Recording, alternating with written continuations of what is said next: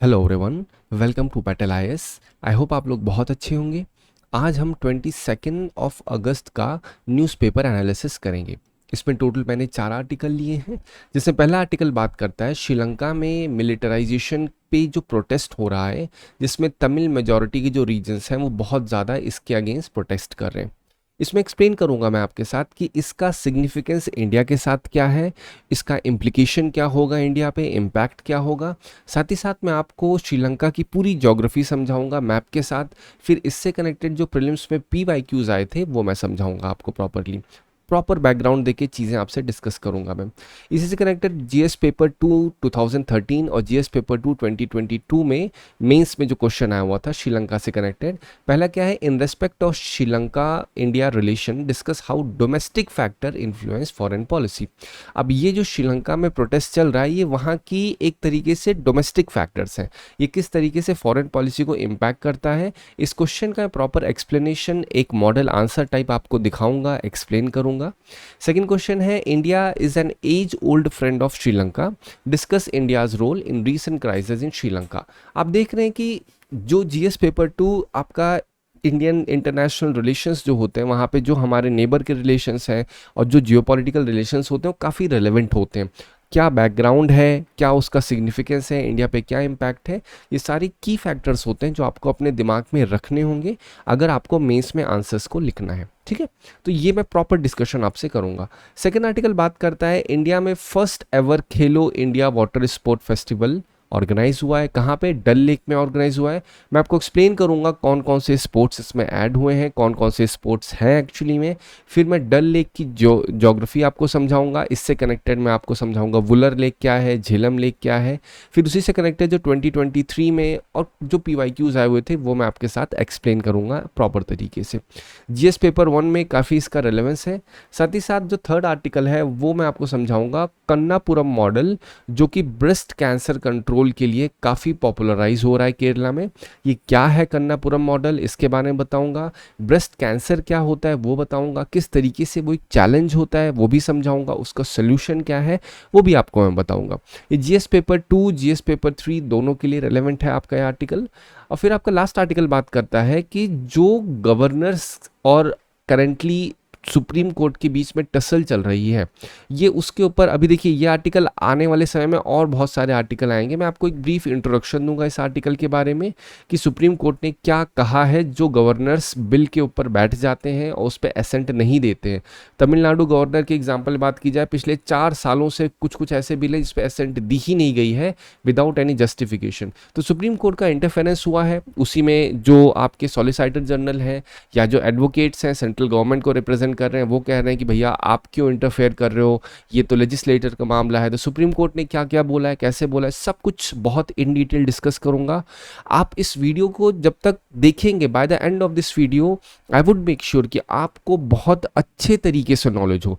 Trust me, आपको इतने अच्छे तरीके से हर एक पॉइंट समझ में आएगा, किस तरीके से उसका रेलेवेंस PYQ के साथ है, सिलेबस के साथ है, वो सारी चीज़ें मैं कनेक्ट करूंगा। मैं आर्टिकल जो भी समझाता हूँ समरी में, मैं स्ट्रिक्टली कंप्लीटली अबाइड करता हूँ सिर्फ और सिर्फ PYQ और सिलेबस के ऊपर, क्योंकि वही रेलेवेंट है। It is not possible for me और फॉर यू कि पूरा का पूरा द हिंदू का एनालिसिस हो जाए।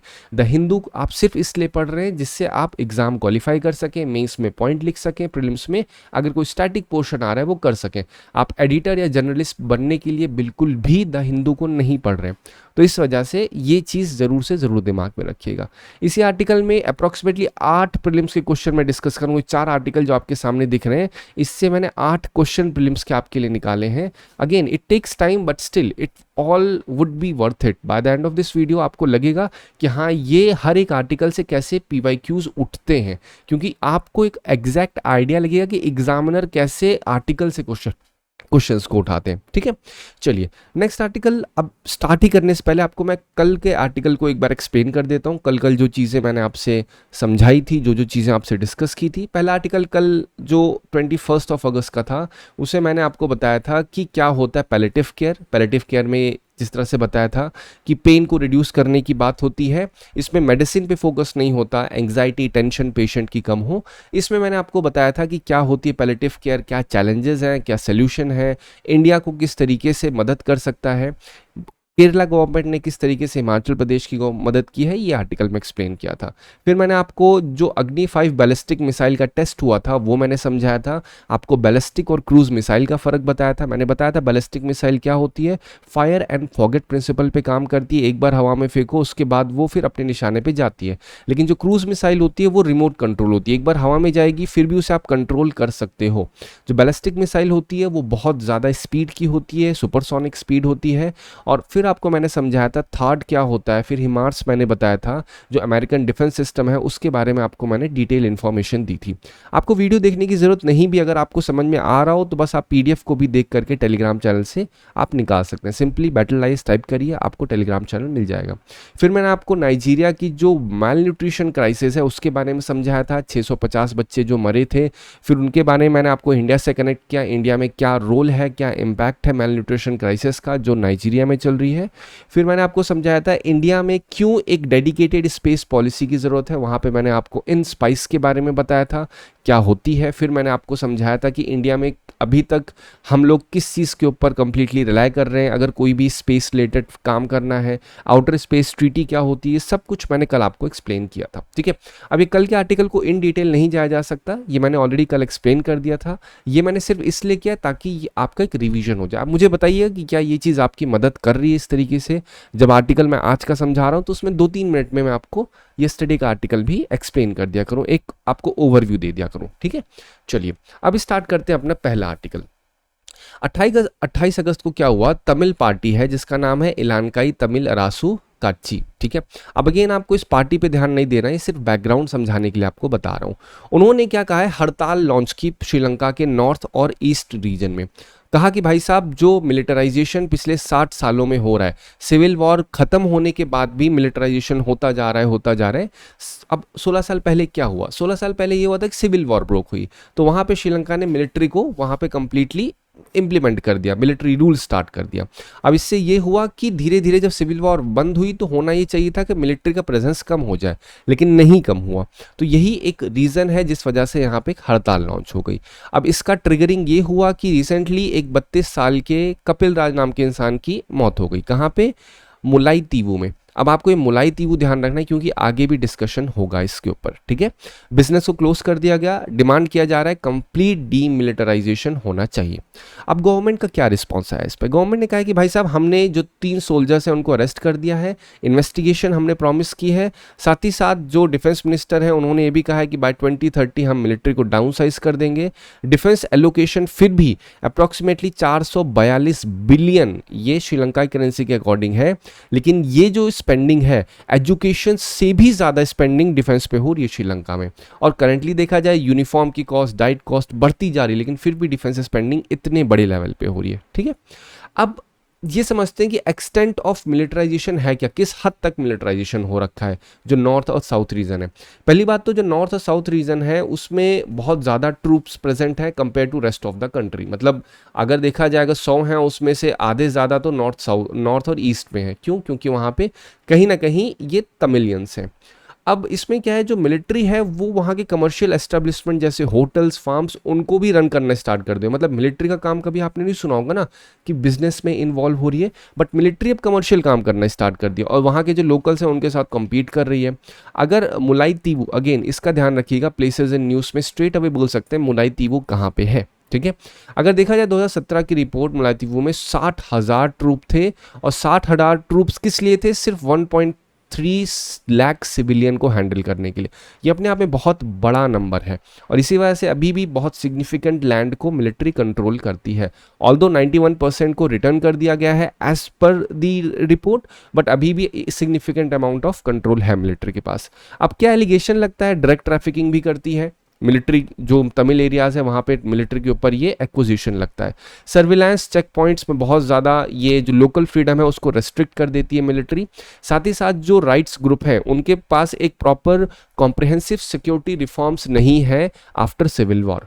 अब इसके ऊपर यूनाइटेड नेशन और ह्यूमन राइट्स क्या कहते हैं, कहते हैं भाई मिलिट्री का इन्वॉल्वमेंट नहीं होना चाहिए लॉ एनफोर्समेंट में या फिर बिजनेस में। मिलिट्री का काम है सिर्फ और सिर्फ एक, अब मिलिट्री काम क्या ही होता है, पूरी डिफेंस एक तरीके से लैंड को प्रोटेक्ट करना, ठीक है, जो बॉर्डर्स है उनको प्रोटेक्ट करना। अब मिलिट्री आके दाल चावल, या फिर आप खुद सोच के देखो, आप जा रहे हो कहीं पे, आपके सामने एक कैप्टन है, वो कह रहा है भैया ये लो मेरे यहाँ की चीनी ले लो, बहुत बढ़िया है, बगल वाला तो बेकार बेच रहा है। आप इमेजिन करो कैसा साउंड करेगा वो। तो श्रीलंका में जो चीज़ हो रही है वो कैसी साउंड करेगी। अगर होटल लेने जा रहे हो तो एक मिलिट्री वाला कह रहा है भैया ये होटल है, आपको हम दे देंगे 1000 रुपये में, दूसरा बोल रहा है बिजनेसमैन भैया मुझसे ले लो। तो कहीं ना कहीं ये चीज़ एक बहुत ही ज़्यादा एक इनवर्स या बैड इम्पैक्ट शो करती है कि आर्मी जब इतने चीप तरीके से इन सारी चीज़ों में इन्वॉल्व हो जाती है। यूएन ने भी कहा है कि ट्रूप्स की प्रेजेंस कम होनी चाहिए नॉर्थ एंड ईस्ट में, और एक कॉम्प्रहेंसिव सिक्योरिटी सेक्टर रिफॉर्म होने चाहिए कि मिलिट्री की पावर्स कहाँ तक है, क्या हर जहाँ पे वो जहाँ मन में आएगा वो अपना रोल को आके वो स्टार्ट कर देगी, या उसको एक लिमिटेशन है। तो इसके लिए कॉम्प्रहेंसिव रिफॉर्म होने की ज़रूरत है। तो ये मैंने इस पूरे आर्टिकल के बारे में आपको इन ब्रीफ एक ओवरव्यू प्रोवाइड कर दिया, ठीक है। अब समझते हैं कि इसका इम्प्लीकेशन इंडिया पे क्या होगा। ये वन स्टेप फर्दर है, ठीक है। पहली चीज़ तो क्या है कि इंडिया में, या इसको इम्प्लीकेशन को इम्पैक्ट भी समझ सकते हैं, इंडिया पे इससे क्या प्रोबेबल इम्पैक्ट हो सकता है। पहली चीज़ है ethnic sensitivity. Tamil issue already Tamil Nadu में बहुत ज़्यादा एक बोलते हैं ना प्रोपोगेट होता रहता है, वहाँ हाईलाइट होता है, और इससे कहीं ना कहीं चांसेस ये है कि न्यू दिल्ली के ऊपर पॉलिटिकल प्रेशर पड़ेगा कि भाई साहब आप कोलंबो के साथ बात करिए, जो वहाँ पे तमिल पॉपुलेशन माइनॉरिटी में रह रही है उनके साथ इतना गलत हो रहा है, मिलिट्री इस तरीके से रूल कर रही है। तो कहीं ना कहीं इंडिया पे इसका इम्पैक्ट है। रीजनल स्टेबिलिटी पे भी इम्पैक्ट पड़ता है। अगर इस तरीके से कंसिस्टेंट कंटिन्यूअस मिलिटराइजेशन होगा, उससे कहीं ना कहीं श्रीलंका का जो नॉर्थ ईस्ट का रीजन है वो पूरी तरीके से अनरेस्ट हो जाएगा, उसमें वो प्रॉपर पीस नहीं होगी, और ये इंडियन ओशन की सिक्योरिटी पे भी इम्पैक्ट करेगा। चाइना के फैक्टर को इंक्लूड किया जाए तो अब अगर इतनी डिफेंस स्पेंडिंग मैंने आपको बताई कितनी ज़्यादा है, अगर वो डिफेंस स्पेंडिंग इस लेवल पे होगी तो श्रीलंका कहीं ना कहीं चाइना के नज़दीक जाएगा सपोर्ट के लिए, और इससे इंडिया के जो स्ट्रैटेजिक इंटरेस्ट हैं वो निगेटिवली इम्पैक्ट हो जाएंगे। अगर देखा जाए ह्यूमैनिटेरियन और डिप्लोमेटिक रोल में, तो ये इंडिया के लिए एक अपॉर्चुनिटी है कि वो वहाँ पे एक कॉन्सिलेशन कहा जाए, या हम ऐसे कह सकते हैं वहाँ पे पीस को प्रिवेल करवाने के लिए या पीस लाइक सिचुएशन क्रिएट करने के लिए इंडिया बीच में जाके मीडिएशन कर सकता है, ठीक है, और वहाँ पे तमिल राइट्स को सपोर्ट कर सकता है। इससे सॉफ्ट पावर इंक्रीज होगी, इससे कहीं ना कहीं वहाँ की जो तमिल पॉपुलेशन है उसमें एक सिंपथी आएगी, सॉलिडारिटी आएगी इंडिया को लेकर के, और ये कहीं ना कहीं एक लॉन्ग टर्म पे बहुत ज़्यादा बेनिफिशियल होगा। इंडिया क्योंकि ऑलरेडी इस चीज़ को करने के लिए जाना जाता है। रिसेंटली जब नरेंद्र मोदी की विजिट हुई थी कहाँ पे, ब्रिक्स समिट में जब गए थे, तो उसके पहले कहाँ गए थे, ट्रिनिडाड एंड टोबैगो में गए थे। कहाँ? ट्रिनिडाड एंड टोबैगो कहाँ पे है ये एक कैरेबियन नेशन है, साउथ अमेरिका। अगर आप मैप खोलोगे तो साउथ अमेरिका जो आपको दिखेगा वहाँ पे इस साइड पे जो आपका नॉर्थ ईस्टर्न साइड है वहाँ पे गए थे। वहाँ पे एक कम्युनिटी है जिसका नाम है गिरमितिया कम्युनिटी। ये कम्युनिटी इंडिया से माइग्रेट की हुई कम्युनिटी है, जो कि प्लांटेशन वर्कर्स होते थे 200-250 साल पहले। अंग्रेज लोग इनको कहाँ लेके चले गए थे, साउथ अमेरिका में। वहाँ पे ये लोग प्लांटेशन वर्कर में काम करना शुरू हो गए और धीरे धीरे वहीं पे सेटल डाउन हो गए। तो वो कहीं ना कहीं अभी भी कल्चरल हेरिटेज इंडिया के साथ, deep ties, religious perspective India के साथ कहीं ना कहीं इंक्लाइन होता है। तो ये रीज़न बन जाता है इंडिया ने वहाँ पे ओसीआई कार्ड देने की बात की है इन गिरमितिया कम्युनिटी को, ठीक है। तो आपको मैंने एक proper in detail explanation provide कर दिया कि गिरमितिया कम्युनिटी क्या है, ट्रिनिडाड टोबैगो का क्या रेफरेंस है। फिर मैंने आपको एक प्रॉपर समझाया कि ब्रिक्स समिट कौन सी हुई थी, 17th ब्रिक्स समिट हुई थी। 16th ब्रिक्स समिट पे सवाल आया था, रशिया कजान में हुई थी 2025, इसी बार सवाल आया हुआ था, ठीक है। तो जब मैं कोई भी चीज़ बोला करूं तो उसको ज़रूर से ज़रूर, मैं हर बार बोलता हूं, एक बार क्रॉस वेरीफाई ज़रूर किया करो आप लोग कि क्या सर सही बोल रहे हैं या कुछ भी ऐसे ही जो मन में आ रहा है बोलते जा रहे हैं। इससे एक रेशनैलिटी आपकी अच्छी होगी। साथ ही साथ जब नेट पे आप सिंपली डालो ब्रिक्स समिट और PYQ, यूपीएससी PYQ लिखोगे, आपको दिख जाएगा कि क्वेश्चन आया हुआ है या नहीं आया हुआ है। अगर मैं कोई चीज़ बोल रहा हूँ इससे प्रोबेबिलिटी बन सकती है आने की, तो उसको ज़रूर नोट डाउन कर लिया करिए, क्योंकि मैं जो भी एक तरीके से प्रिडिक्शन या प्रोबेबिलिटी बताता हूँ वो एग्जैक्टली डिपेंडेंट होता है PYQ के अकॉर्डिंग, ठीक है। इसलिए मैंने गिरमितिया कम्युनिटी बताया, आपको समझना है। फिर मैंने आपको ये मुलाई तीवू जो है ये समझ में होना चाहिए, क्योंकि इससे कनेक्टेड भी सवाल पूछे गए हैं। जो रिसेंट अफ्रीका में कूप्स लगते हैं वहाँ पे सवाल पूछे गए हैं, टिग्रे रीजन पे पूछे गए हैं सवाल, ठीक है। जो आपका नगोर्नो कराबाख रीजन है उस पे सवाल पूछे गए। सब क्या है, ये सब कहीं ना कहीं एक इश्यूज होते हैं, कभी सिविलियन होते हैं, कभी मिलिट्री इन्वॉल्व होती है, बट ये सारे शो करते हैं कि यूपीएससी कॉन्फ्लिक्टेड रीजन्स के ऊपर सवाल पूछता है, ठीक है। चलिए अब आते हैं हम लोग एक नेक्स्ट पार्ट पे कि अब इसका थोड़ा सा एक मैप को समझ लो। ये श्रीलंका दिख रहा है, ठीक है। अब श्रीलंका के बारे में कुछ डिटेल आपको बताऊं तो ये एक आइलैंड नेशन है, south India south of India में है, ठीक है। सेपरेट होता है किससे? पाक स्ट्रेट से और गल्फ ऑफ मन्नार से। आप देख रहे हैं ये पाक स्टेट है, ठीक है, यहाँ से ये अलग होता है। अब पाक स्टेट का मतलब क्या होता है, पाक स्ट्रेट का मतलब क्या होता है? एक वाटर बॉडी ये ए है, दूसरी वाटर बॉडी बी है, तो ए और बी को कनेक्ट करने वाला जो रास्ता होता है इसी को हम लोग स्ट्रेट कहते हैं, दैट्स ऑल। और गल्फ ऑफ मन्नार, पाक स्ट्रेट आपका क्या है? डिवीजन लाइन होती है, एक तरीके से देखी जाती है। कैपिटल इसकी क्या कही जाती है? श्री जयवर्धनापुरे कोटे, ये ऑफिशियल कैपिटल है, ठीक है। कोलंबो को कमर्शियल कैपिटल कही जाती है। श्रीलंका के पास 2 कैपिटल है। 2 कैपिटल होने का रीजन क्या है? श्रीलंका का ये मानना है कि भाई साहब हम 2 इसे रखते हैं नहीं तो कंजेशन बहुत ज्यादा हो जाए, क्योंकि आइलैंड नेशन है, अगर एक ही जगह कैपिटल रख देंगे तो कमर्शियल काम भी यही होगा, लेजिस्लेटिव काम भी यही होगा, तो बड़ी प्रॉब्लम होगी। पॉपुलेशन अप्रोक्सीमेटली 22 मिलियन है। बस ये सिर्फ आपको डेमोग्राफी बता रहा हूं मैं, ठीक है। एथनिक ग्रुप में देखा जाए सिन्हलीस, तमिल्स, मूर्स, बर्गर्स, ये सारे सिर्फ एक बार पढ़ लो, पूछ सकते हैं कि भाई मूर्स किससे कनेक्टेड है, इन डिटेल नहीं जाना है आपको। रिलीजन में बुद्धिज्म ये मेजॉरिटी में है, ठीक है। अब जैसे ही बुद्धिज्म बोलूं आपके दिमाग में अशोका आना चाहिए, ठीक है। अशोका के जो दोनों बच्चे थे, लड़का लड़की, उनको भेजा था अशोका ने क्या? बुद्धिज्म को क्या प्रोपोगेट करने के लिए। तो यहां से स्टार्टिंग हुई है बुद्धिज्म की श्रीलंका में। तो आप इस चीज को थोड़ा सा हिस्ट्री से कनेक्ट करके भी चलेंगे तो आपको अच्छा खासा आइडिया लगेगा इससे। अब इकोनॉमी के रेफरेंस पे देखा जाए तो agriculture, T, rubber, textile, tourism, और काफ़ी ज़्यादा इंडिया की इकोनॉमी ट्रेड भी करती है। हम लोग इनसे ट्रेड भी अच्छा खासा करते हैं, बट अगेन जब मिलिट्री की सिचुएशन थोड़ी होती है या रिसेंटली जो वहाँ पे क्राइसिस चल रहे थे, उस क्राइसिस की वजह से ट्रेड इम्पैक्ट हुआ था। अगर स्ट्रैटेजिक इंपॉर्टेंस की बात की जाए तो ये बहुत ही एक मेजर पॉइंट पे है इंडियन ओशन के, जहाँ से शिपिंग्स क्रॉस करती हैं। इंडिया चाइना की राइवलरी भी यहाँ पे प्रिवेल करती है। अगर इंडिया का रिलेशन देखा जाए तो हिस्टोरिक टाइज भी प्रिवेल करता है। क्या हिस्टोरिक टाइज? कभी भी अगर पूछा जाए हिस्ट्री क्या है, तो हिस्ट्री में कुछ ना कुछ याद किया करो कि जो हमारे एंशिएंट रूलर्स थे, मेडिवल रूलर्स थे, क्या कोई कनेक्शन किसी दूसरी कंट्री से था? ठीक इसी तरीके से जैसे मैंने आपको बोला एंशिएंट रूलर, मेडिवल रूलर, तो आपके दिमाग में है चोला एम्पायर, राजा चोला। रिसेंटली जो इनॉग्रेशन किया था, नरेंद्र मोदी कहाँ गए थे? जब तमिलनाडु में जा करके उन्होंने, आप एक बार इस आर्टिकल को मैंने इन डिटेल भी समझाया, जहाँ पे मैंने पूरे चोला एम्पायर को समझाया था। वहाँ पे क्या किया था? वहाँ पे पूरे के पूरे टेम्पल पे उन्होंने इनॉग्रेशन किया, मूर्ति को इनॉग्रेट किया राजा की। उन्होंने कहा कि भैया हमें सीखना चाहिए नेवी किस तरीके से काम करती है। साथ ही साथ उन्होंने बताया कि किस तरीके से डिप्लोमेटिक चैनल्स उस समय, आज से 1000 साल पहले, जो साउथ एशिया था, साउथ ईस्ट एशिया था, वहाँ पे ट्रेड करते थे, ठीक है। तो ये चोला एम्पायर के रेफरेंस में मैंने आपको चीज़ें भी समझा दी। तो आंसर्स कभी भी लिख रहे हैं आप अपने मेंस में तो आप थोड़ा सा हिस्टोरिकल टच जरूर डाल दीजिए, अगर वो करंट रिलेटेड सवाल है, कुछ भी निकल के आ रहा है तो ये चीज़ हमेशा ध्यान, कभी साउथ एशिया के ऊपर सवाल आ रहा है तो ज़रूर से ज़रूर हिस्ट्री में चोला का नाम डालने की कोशिश करिएगा। 1-2 लाइन आपकी होगी और आपका 4-5 वर्ड बन जाएगा उससे, ठीक है। चलो, तो ये श्रीलंका के रेफरेंस में आपको मेन बात बता दी। अब अगर थोड़ा श्रीलंका को एक एस्पेक्ट में देखा जाए तो ये श्रीलंका का जो अपर पार्ट है, ये जो पार्ट आप देख रहे हो, ठीक है, इसे जाफना कहते हैं, ध्यान रखिए, इसे जाफना पेनिनसुला कहते हैं।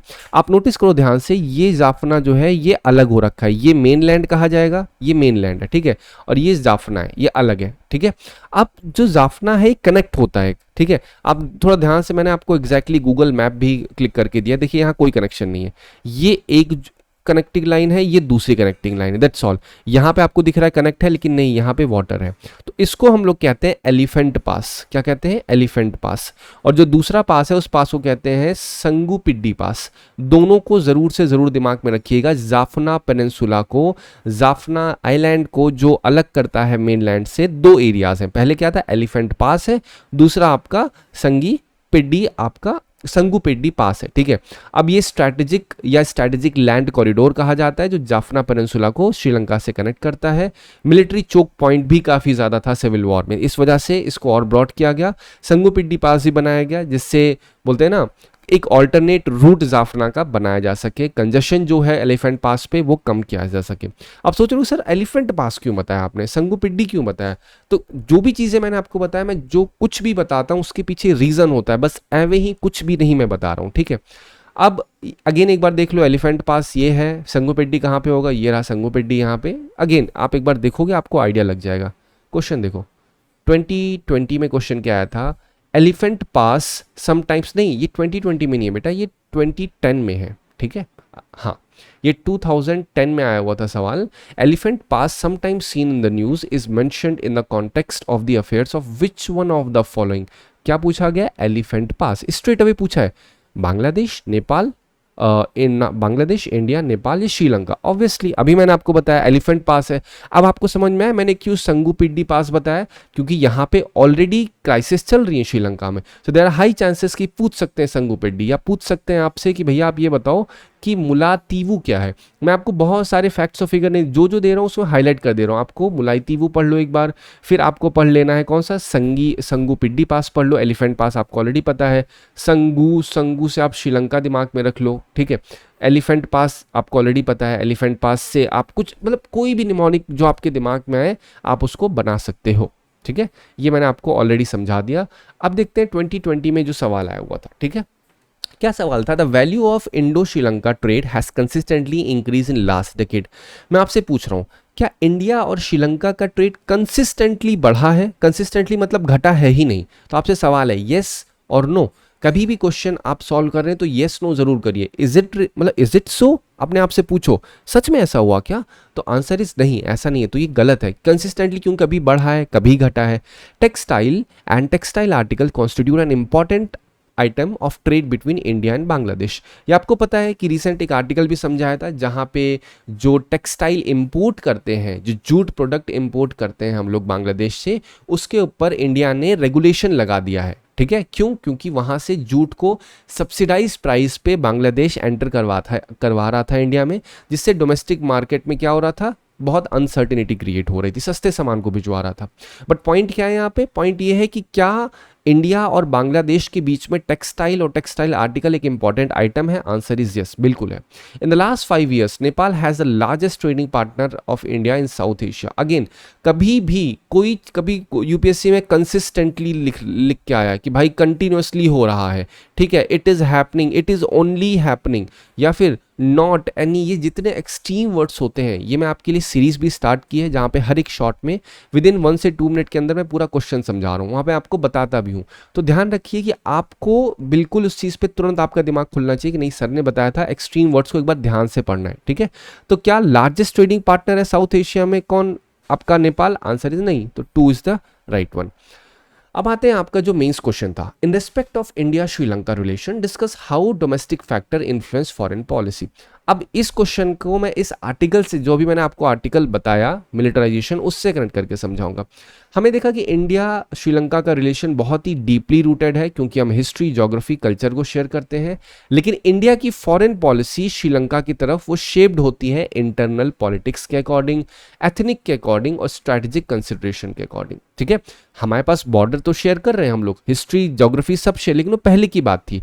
करंट में अगर हम कोई भी फॉरेन पॉलिसी बना रहे हैं तो वो हम इंटरनल पॉलिटिकल एथनिक के अकॉर्डिंग बना रहे हैं, चाइना की सिचुएशन, चाइना की प्रेजेंस के अकॉर्डिंग बना रहे हैं। वहां पे हम जाके ये नहीं बोल सकते हैं पता है अशोका ने ऐसा भेजा था, उस पर कोई वैल्यू ही नहीं करेगा उस चीज़ की श्रीलंका में। तो करंट जो जियोपॉलिटिकल सिनेरियो है उसके अकॉर्डिंग आंसर करना होता है। अब इसमें तमिलनाडु का फैक्टर आप इंक्लूड करिए। कौन कौन से फैक्टर्स हैं? यही तो बोल रहे हैं ना, फैक्टर्स जो इन्फ्लुएंस करते हैं फॉरेन पॉलिसी। तो एक तमिलनाडु का फैक्टर है, ये भी इंपैक्ट करेगा। इकोनॉमिक इंटरेस्ट है जो श्रीलंका के साथ इंडिया का, वो भी इंपैक्ट करें, क्योंकि डोमेस्टिक बिजनेस फिशिंग कम्युनिटीज वो इंडिया का फोकस ट्रेड, फिशिंग राइट्स और डेवलपमेंट प्रोजेक्ट्स जो नॉर्दर्न श्रीलंका में चल रहा है उस पर जाता है फोकस। स्ट्रैटेजिक कंसर्न्स भी है ड्यू टू चाइना। ह्यूमैनिटेरियन और डायस्पोरा लिंक भी है, क्योंकि रेफ्यूजी, क्रॉस बॉर्डर माइग्रेशन, और जो वहाँ डायस्पोरा रहते हैं, डायस्पोरा मतलब किसी एक कंट्री के जो लोग दूसरी जहाँ पे रह रहे हो। तो अगर कभी कहा जा रहा है इंडियन डायस्पोरा, तो इंडियन डायस्पोरा मतलब क्या है? ऐसे लोग जो कि इंडियन सिटीजन हो या फिर इंडिया के बोलते हैं ना ओरिजिन हो, या फिर किसी तरीके से उनका इंडिया के साथ कनेक्शन हो। तो मैं आपसे क्वेश्चन पूछ रहा हूँ, क्या गिरमितिया कम्युनिटी इंडियन डायस्पोरा कहलाएगी? आंसर इज यस, बिल्कुल कहलाएगी, ठीक है। चलिए, तो ये सारे एक रीजन है जिसके अकॉर्डिंग फॉरेन पॉलिसी बनती है, ठीक है। कंक्लूजन में आप लोग अगेन जो जो आपने बॉडी में लिखा उस चीज को कंक्लूड करके यहाँ पे ऐसे लिख सकते हैं कि डोमेस्टिक फैक्टर बहुत ही सिग्निफिकेंट प्रेशर पॉइंट होता है इंडिया की फॉरेन पॉलिसी जो कि श्रीलंका के लिए बनती है। सारे फैक्टर्स मैंने आपको समझा दिए।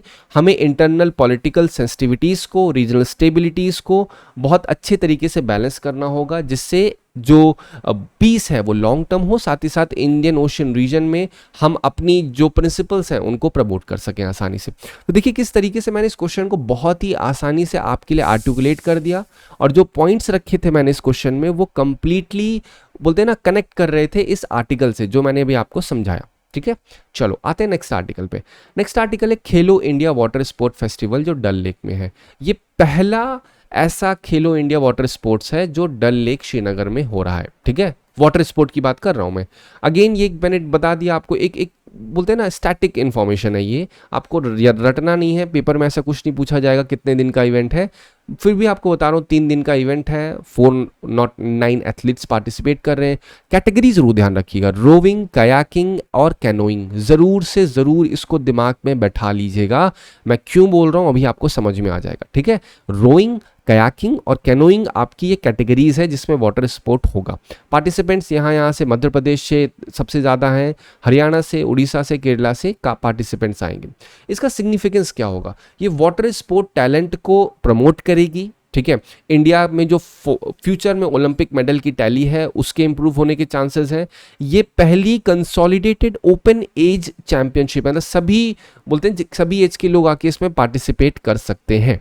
और जो इंडिया की तरफ से बिल्किश मीर थी, ठीक है, जो ज्यूरी मेंबर थी कहाँ की, ओलंपिक की, उन्होंने ये चीज़ कही है कि भैया जो डल लेक है वो यूरोपियन स्टैंडर्ड पे मैच करता है, जो यूरोपियन वाटर्स होते हैं उनके स्टैंडर्ड पे डल लेक मैच करता है। मैं पूछता हूँ क्यों, तो इसका आंसर होगा क्योंकि वो कहीं ना कहीं थोड़ा सा, जो अब डल लेक है तो ऑब्वियसली बात है कौन से रीजन में, एकदम कोल्ड रीजन में है और European countries already cold region में होती हैं, तो ये कहीं ना कहीं वैसा similar surrounding, similar weather climate को क्रिएट कर देता है। ठीक है, तो ये बेसिक इन्फॉर्मेशन थी जो आपको मैंने समझा दी रिगार्डिंग खेलो इंडिया वाटर स्पोर्ट फेस्टिवल। ठीक है, आपको इतना जानना था। अब इससे वन स्टेप फर्दर चलते हैं। अब देखो पहले डल लेक है कहाँ पे, ये रहा डल लेक, ये रहा वुलर लेक, ये जो आप देख रहे हो ये है झेलम रिवर। ठीक है, अब आप देखो क्या झेलम रिवर वुलर लेक में जा रही है, बिल्कुल जा रही है। क्या झेलम रिवर डल में आ रही है, बिल्कुल आ रही है। तो अब डल लेक के बारे में आपको इन्फॉर्मेशन दूं, श्रीनगर जम्मू में है। इसको जेवल ऑफ या ज्वेल ऑफ श्रीनगर भी कहते हैं। इसको जो फेड करती है, ठीक है, वो झेलम रिवर करती है। क्यों मैंने फेड कहा वो अभी आपको मैं बताऊंगा। ठीक है, और इसी में जो झेलम रिवर है आपकी, ठीक है, ये झेलम रिवर से कनेक्ट करती है बाय नल्ला आमिर खान चैनल। क्या डल लेक झेलम रिवर से कैसे कनेक्ट होती है, बाय नल्ला आमिर खान चैनल से। ठीक है, अप्रॉक्सीमेटली 18 स्क्वायर किलोमीटर पे है और इसका सिग्निफिकेंस काफ़ी है। टूरिज्म में, वाटर स्पोर्ट, फिशिंग में, हॉर्टिकल्चर में आता है। इसमें थ्रेट्स क्या है, एंक्रोचमेंट, यूट्रॉपिफिकेशन।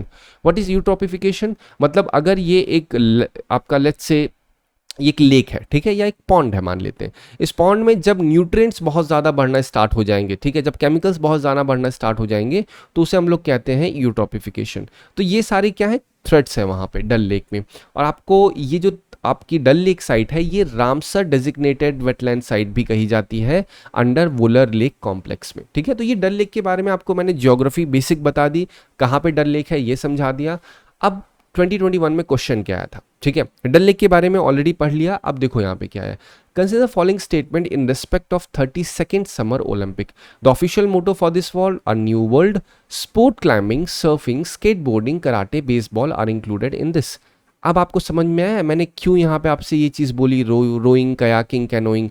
अब इससे एक प्रिडिक्शन कर सकते हैं कि क्या पता पूछें कि which of the following statement, जैसे लिखा है ना, consider the following statement in respect to Khelo India water sport festival. ठीक, तो बोल देंगे it happened at Wular lake.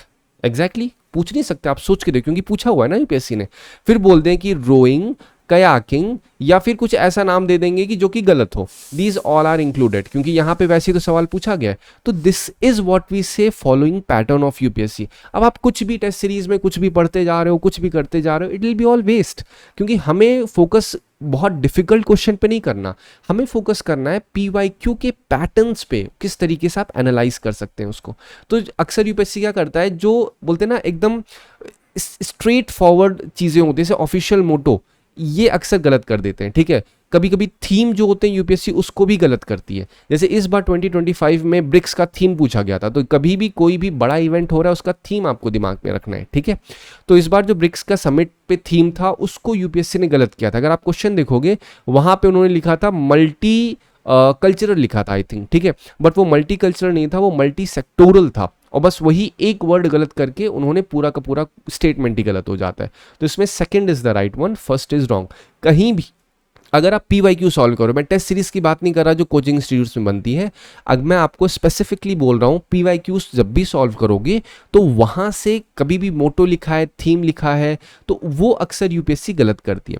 अब आपको समझ में आ रहा होगा PYQ की रिलेवेंस क्या है, क्योंकि क्वेश्चन ये तो नहीं पूछेंगे लेकिन नेक्स्ट बार खेलो इंडिया से पूछ सकते हैं और पैटर्न यही रखेंगे, ये मैं आपको बोल सकता हूँ मोर देन 90% कॉन्फिडेंस है, क्योंकि मैं देखा है, ठीक है, मैंने जो मतलब जितनी भी चीज़ें मैंने देखी हैं उसके अकॉर्डिंग आपको बता रहा हूँ, एग्जैक्टली पैटर्न फॉलो होता है यूपीएससी में, ठीक है। चलिए 2023 में ये फोर्थ क्वेश्चन जो डिस्कस करेंगे क्या था, Jhelum river passes through Wular lake, वही मैंने आपसे कहा ना, जो मैंने कहा फेड बाय झेलम रिवर, वही सेम चीज़ यहाँ पे, Jhelum river passes through Wular lake, मैंने आपको इसीलिए समझाया वुलर लेक और डल लेक, तो बिल्कुल ये सही है। Krishna river directly feeds Kolleru lake. अब ये चीज़ मैंने आपको 18 जुलाई का जो PDF था, एक बार जाएंगे आप देखेंगे, वहाँ पे मैंने प्रॉपरली समझाया था, कृष्णा रिवर फिर गोदावरी रिवर का रेफरेंस बताया था, ये स्टेटमेंट गलत है, तो डायरेक्टली नहीं फीड करती है कोलेरू लेक को, कोलेरू लेक बीच में पड़ता है, कृष्णा इधर आपका रिवर है, गोदावरी रिवर जो आपको दिखेगी उसमें कहीं ना कहीं रेफरेंस आता है कोलेरू लेक का, ठीक है। और फिर आपका meandering of Gandak river formed Kanwar lake, ये भी गलत है, तो आपका only one is the right one, ठीक है। तो आपको मैं कनेक्शन दे रहा हूं कि जो आर्टिकल से कनेक्टेड सवाल या सप्लीमेंट्री सवाल आए होंगे। चलिए अब बात करते हैं अपने नेक्स्ट आर्टिकल पे। नेक्स्ट आर्टिकल क्या कहता है, नेक्स्ट आर्टिकल है Kannapuram model for breast cancer control in Kerala, ठीक है। इसमें है क्या, ये community based breast cancer screening और एक अवेयरनेस प्रोग्राम है जो कन्नापुरम ग्राम पंचायत में स्टार्ट हुआ है। कहाँ पे है, कन्नूर डिस्ट्रिक्ट में। इसके फीचर्स क्या है, पहला फीचर है कि इसमें अवेयरनेस कैंपेन और जो भी सेंसिटिव बोलते हैं ना, कल्चरली सेंसिटिव कम्युनिकेशन होता है, लोग अक्सर बोलते हैं ना, झिझकते हैं, अरे भैया ब्रेस्ट कैंसर के ऊपर कैसे बात की जाए, वुमेन्स में अक्सर एक इसको टैबू कहा जाता है, अरे नहीं क्योंकि ये अरे ब्रेस्ट के ऊपर कौन बात करेगा, बट ये एक बहुत बड़ी प्रॉब्लम है, ठीक है। अगर देखा जाए तो केरला में बहुत ज़्यादा वुमेन इससे इम्पैक्ट होती हैं, तो इस वजह से यहाँ पे इन्होंने एक मॉडल स्टार्ट किया है कन्नापुरम में, कम्युनिटी कैंपेन है एक तरीके से, जहाँ पे वुमेन वॉलंटियर्स का एक स्क्वाड बना है जिसे कुटुंबश्री लीडर्स कहा जाता है, ठीक है, कुटुंबश्री लीडर कहा जाता है, जो पेशेंट को अगर किसी को ब्रेस्ट कैंसर है या नहीं भी है तो उनकी स्क्रीनिंग टेस्ट करने में मदद करते हैं। मालाबार कैंसर सेंटर के साथ ये कोलैबोरेशन में सारा काम होता है। इसका इम्पैक्ट क्या हुआ, इम्पैक्ट ये हुआ 96% वुमेन 30 से प्लस जो एज की हैं उनकी स्क्रीनिंग हुई है, 6.2% जो हैं उन्होंने फॉलोअप किया है, मतलब स्क्रीनिंग के बाद उन्हें लगा कोई दिक्कत है तो उन्होंने फॉलोअप भी किया है। और अगर ब्रेस्ट कैंसर डिटेक्शन की बात की जाए तो 0.96 पर 1000 में कहीं ना कहीं अर्ली स्टेज में पाया जाता है, तो उसको सक्सेसफुली ट्रीट कर सकते हैं। अगर वो stages second, third, fourth stage में पहुंच जाता है तो बहुत प्रॉब्लम होती है उससे, ठीक है। सिग्निफिकेंस इसका क्या है, WHO साउथ ईस्ट एशिया का जो जर्नल है उसमें इसको रिकॉग्नाइज किया गया, किसको, जो आपका कन्नापुरम मॉडल है। आपसे बोल सकते हैं कन्नापुरम मॉडल के ऊपर कौन सा स्टेटमेंट सही है, ठीक है। जो की बैरियर्स हैं जैसे फियर, स्टिग्मा, फिर जो मिसकॉन्सेप्शंस हैं वुमेन्स के दिमाग में या फिर मेल के लोग, अरे मेरी वाइफ है ये जाके ब्रेस्ट के ऊपर बात करेगी, तो ये सारे स्टिग्मास को रिमूव करने में वुमेन खुद वॉलंटियरिंग कर रही हैं। तो ये कहीं ना कहीं एक बहुत बड़े लेवल पे पॉजिटिविटी को शो करता है, लोगों के बोलते हैं ना जो अवेयरनेस कैंपेन होती है कितना इम्पैक्ट डालती है। इसका कॉन्टेक्स्ट अगर देखा जाए तो जो 34% ऑफ ऑल कैंसर जो है वो केरला वुमेन्स में ब्रेस्ट कैंसर के रेफरेंस से बात की जाए तो वो केरला में इतना आता है, ठीक है। और इसमें जो इंसिडेंट है वो कहीं ना कहीं पिछले 25 साल में बहुत ज़्यादा बढ़ चुका है, ठीक है। 34, फिर ध्यान रखिए, breast cancer account for 34% of all cancers in Kerala women, ठीक है। जितने भी कैंसर्स हैं केरला में उसमें 34% केवल ब्रेस्ट कैंसर है वुमेन में। तो अपने आप में आप सोच सकते हैं कि ये कितनी बड़ी प्रॉब्लम है। अगर जो मेजॉरिटी है वो थर्ड, फोर्थ स्टेज पे होती है, क्यों, क्योंकि उनको अवेयरनेस नहीं होती, फॉलोअप नहीं कर पाते हैं ढंग से। क्यों फॉलोअप नहीं कर पाते, due to fear, due to stigma. तो ऐसे ही आपको सोल्यूशन देना है, कभी सोल्यूशन देना है प्रॉब्लम को हाईलाइट कर दो, कभी प्रॉब्लम हाईलाइट करनी है सोल्यूशन को उल्टा कर दो, आप प्रॉब्लम पे आ जाओगे, ठीक है।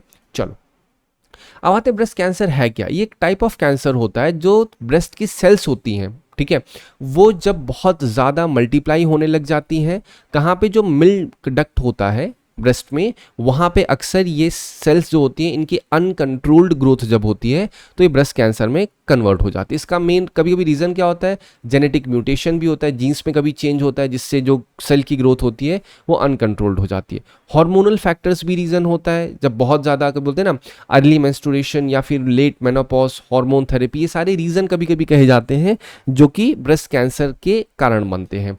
अक्सर ओबेसिटी, अल्कोहल, फिजिकल एक्टिविटी का ना होना, अनहेल्दी डाइट, ये भी ब्रेस्ट कैंसर से लिंक किया गया है।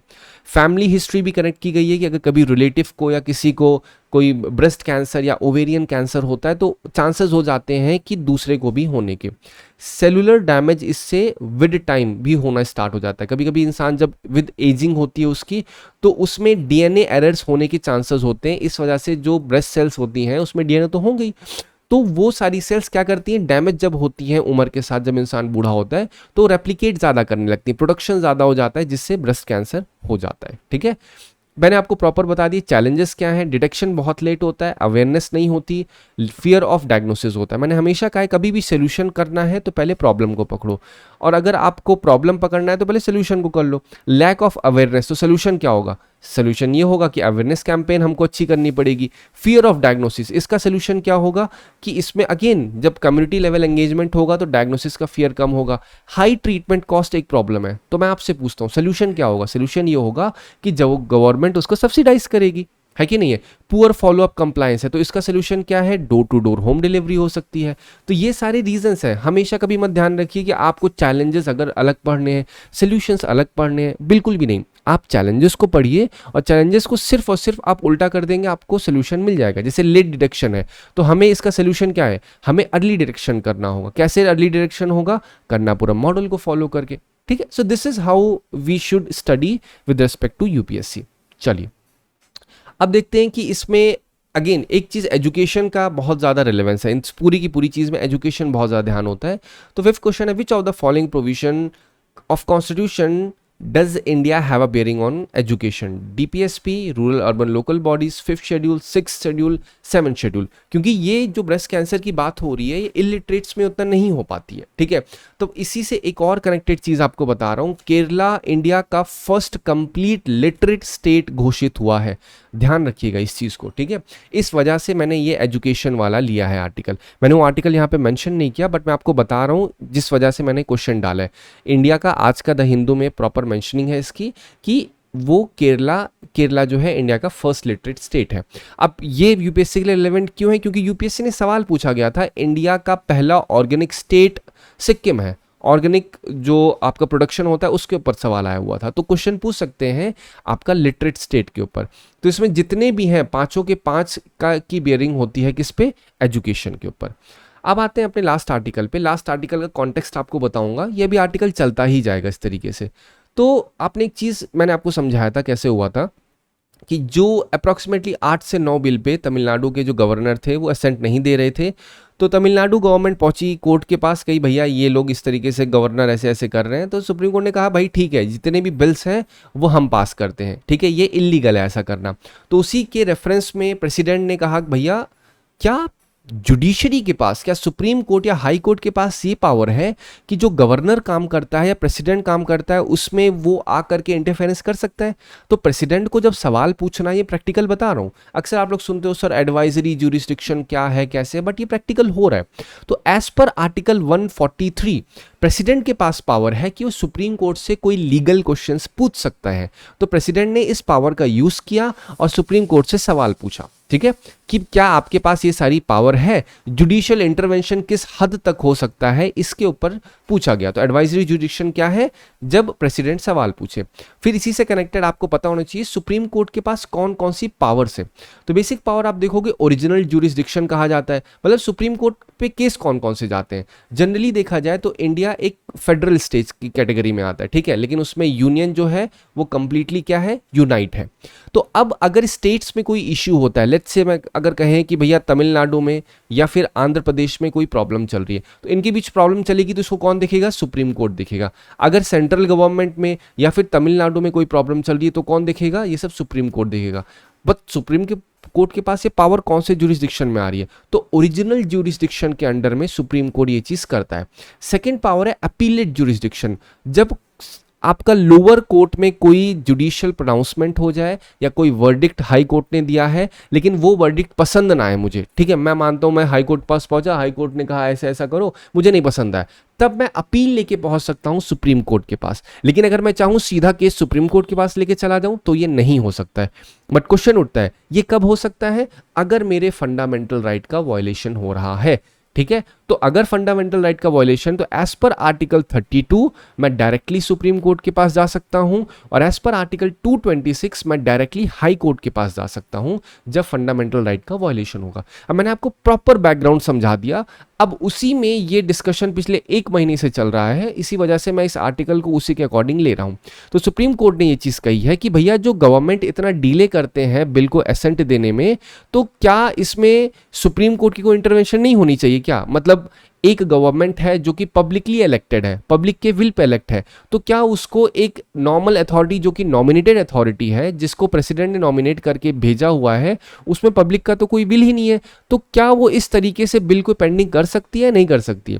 ये पूरा का पूरा जो इशू था वो इसी चीज के ऊपर था कि गवर्नर जो बिल को इनडेफिनेटली होल्ड कर लेते हैं, इससे कहीं ना कहीं इलेक्टेड लेजिस्लेचर की विल पे बहुत बड़ा सवाल उठ जाता है। यूनियन जो गवर्नमेंट है, सेंट्रल गवर्नमेंट का स्टैंड ये है, सॉलिसिटर जनरल ने कहा कि भाई साहब ये सारी जो प्रॉब्लम है ना, हम मानते हैं सर दिक्कत है, लेकिन इसको ना ये पॉलिटिकल स्फेयर में होनी चाहिए। कहाँ भैया आप लोग छोटी छोटी चीजों में इंटरफेयर कर रहे हो? मतलब ये चीज सेंट्रल गवर्नमेंट के जो रिप्रेजेंटेटिव एडवोकेट थे उन्होंने ये चीज बोली है। क्या बोला? कहा कि भैया ये चीज जो है पॉलिटिकली सॉल्व होनी चाहिए। अब जब मैं बोलूं पॉलिटिकल, तो कौन है रिप्रेजेंटेटिव? तो आपके दिमाग में चाहिए अटॉर्नी जनरल ऑफ इंडिया, वो एडवोकेट होता है किसका? गवर्नमेंट का। क्या ये पार्लियामेंट में आके सिटिंग पे बैठ सकता है? यस, बिल्कुल बैठ सकता है। क्या ये वोटिंग कर सकता है? नहीं कर सकता, सिर्फ ये बैठ सकता है करके, ठीक है, अटॉर्नी जनरल। तो इसी अटॉर्नी जनरल से जो उसकी छोटी पोस्ट होती है वो सॉलिसिटर जनरल होता है, ठीक है, सॉलिसिटर जनरल ऑफ इंडिया। और सॉलिसिटर जनरल ऑफ इंडिया होता है तो हर एक स्टेट का सॉलिसिटर जनरल ऑफ स्टेट भी होता है, ठीक है। मैंने आपको एक बेसिक इंफॉर्मेशन प्रोवाइड कर दी। तो उन्होंने यही कहा कि भैया ये सब में आप मत इंटरफेयर करो, हम अपने में सॉल्व कर लेंगे। तो सुप्रीम कोर्ट ने वही कहा कि क्या हम आइडली बैठे रहे, ऐसे ही गवर्नर ब्लॉक करता रहे बिल को और हम चुपचाप बैठे रहे, है कि नहीं? तो इस चीज को सुप्रीम कोर्ट ने कहा कि हम कॉन्स्टिट्यूशन के कस्टोडियन हैं, ठीक है, हम पावरलेस रह के नहीं बैठ सकते हैं। इस तरीके से अगर डिले होगा तो लेजिस्लेचर की फंक्शन नहीं हो पाएगी, और अगर फंक्शन नहीं हो पाएगी तो कॉन्स्टिट्यूशन का वायलेशन होगा, तो हम इंटरफेयर करेंगे इस चीज के अंदर में, ठीक है। आप 20 जुलाई का एक बार आर्टिकल को रिकॉल करिए, वहां पे जाके आप पीडीएफ को डाउनलोड करेंगे तो आपको प्रॉपर मैंने डिस्कशन किया हुआ है इस चीज के ऊपर। आप वीडियो भी देख सकते हैं या तो आप पीडीएफ डाउनलोड कर सकते हैं, ठीक है। 2010 में क्वेश्चन क्या आया हुआ था? Consider the following statement, the Supreme Court of India tender advice. अब आपको समझ में आया मैंने क्यों एडवाइजरी जुरिस्डिक्शन बोला? This is the reason. The Supreme Court of India tender advice to president matter of law और fact. Number 1, on its own initiative. क्या अपने ही इनिशिएटिव पे जाकर के सुप्रीम कोर्ट एडवाइस दे सकता है? आंसर इज नहीं। If he seek such advice, बिल्कुल ये प्रैक्टिकली द्रौपदी मुर्मू ने ये चीज, प्रेसिडेंट जो हमारे हैं, उन्होंने आर्टिकल 143 का यूज किया। अब क्वेश्चन उठता है क्या यूज किया? उन्होंने वही सवाल किया कि भैया क्या आपके पास पावर है कि आप इस तरीके से अगर कभी भी कोई बिल नहीं पास हो रहा है तो आप जुडिशरी आके पास कर देगी बिल, जबकि ये पूरी की पूरी किसकी पावर है? ये गवर्नर की पावर है, ठीक है। तो ये क्वेश्चन पूछा, तो बिल्कुल एडवाइजरी जुडिक्शन में अगर एडवाइस सीख होगी तो दी जाएगी। Only if matter relates to fundamental right of citizen. ऐसी कहीं भी कोई मेंशनिंग नहीं है कि सुप्रीम कोर्ट तभी एडवाइस देगा जब फंडामेंटल राइट पे होगा। वो कोई भी लीगल क्वेश्चन हो सकता है, प्रेसिडेंट जब पूछेगा। प्रेसिडेंट किसके अंदर पूछेगा? आर्टिकल 143, दिमाग में रखो, आर्टिकल 143 के अंतर्गत वो पूछेगा, ठीक है। तो answer 2 is the right one. Next question देखते हैं। 2014 में आया था, power of supreme court to decide dispute between centre and state falls under. मैंने आपको ऑलरेडी बताया एडवाइजरी क्या होता है, वही समझा दिया, अपीलेट समझा दिया, ओरिजिनल समझा दिया, रिट समझा दिया। जो मैंने आपको अभी समझाया यहाँ पे देखिए, यहाँ पे मैंने जब आपको अच्छा हटा दिया, चलिए मैं आपको ऐसे बता देता हूँ। जब मैं बता रहा था किसी इंसान का फंडामेंटल राइट का वायलेशन होता है तो सुप्रीम कोर्ट के पास वो डायरेक्ट जाता है। तो जो डायरेक्ट जाता है ना, तब जो सुप्रीम कोर्ट पावर यूज करती है वो रिट ज्यूरिसडिक्शन कहलाती है, under article 32। High court under article 226 utilise करती है, ठीक है। तो यहाँ पे ये जो सेंटर और स्टेट के बीच में अगर कभी कोई प्रॉब्लम होती है तो ओरिजिनल ज्यूरिसडिक्शन में आती है। अपीलेट में क्या आता है? मान लो मुझे कोई दिक्कत है, हाई कोर्ट ने दिया तब जाऊंगा। एडवाइजरी ज्यूरिसडिक्शन केवल प्रेसिडेंट के पास है, मैं जाके एडवाइस नहीं मांग सकता हूं। ये 143 के स्पेसिफिक कॉन्टेक्स्ट में यूज होता है, ठीक है। फिर 2012 में क्वेश्चन आया हुआ था, क्वेश्चन क्या है, which of the following are included in original jurisdiction. आप देख रहे हैं कैसे क्वेश्चन पूछ रहे हैं। यहाँ पे 2014 में सवाल आया, फिर उसी का सवाल 2012 में कनेक्ट करके ओरिजिनल ज्यूरिस्डिक्शन पहले ही पूछा गया। A dispute between government of India and one और मोर स्टेट, तो यस बिल्कुल। A dispute regarding election to house of the parliament और लेजिस्लेचर ऑफ स्टेट, यस और नो, आंसर इज नो, क्योंकि यहां पे ये ओरिजिनल जुरिस्डिक्शन नहीं है कि भैया अब ओरिजिनली ही सुप्रीम कोर्ट, कोई भी अगर इलेक्शन रिलेटेड प्रॉब्लम होगी तो सुप्रीम कोर्ट के पास जाएंगे, ऐसा बिल्कुल नहीं है। अ dispute between the government of India and union territory, तो आप खुद सोच के देखो, जो यूनियन टेरिटरी होती है उसके बीच में डिस्प्यूट क्या ही होगा। यूनियन टेरिटरी कुछ और नहीं बल्कि वो तो सेंट्रल गवर्नमेंट का ही हिस्सा है ना कहीं सेंटर उस पर अपना रूल करता है थ्रू लेफ्टिनेंट गवर्नर, तो इस वजह से ये स्टेटमेंट भी गलत है। आ डिस्प्यूट बिटवीन टू और मोर स्टेट, बिल्कुल मैंने आपको अभी एग्जांपल बताया तमिलनाडु और आंध्र प्रदेश का, तो यहाँ पे सही क्या है, 1 and 4 is the right option. I hope आपको इस वीडियो से मदद मिली होगी, बहुत कुछ आपको सीखने को मिला होगा। Again thank you so much for watching this video.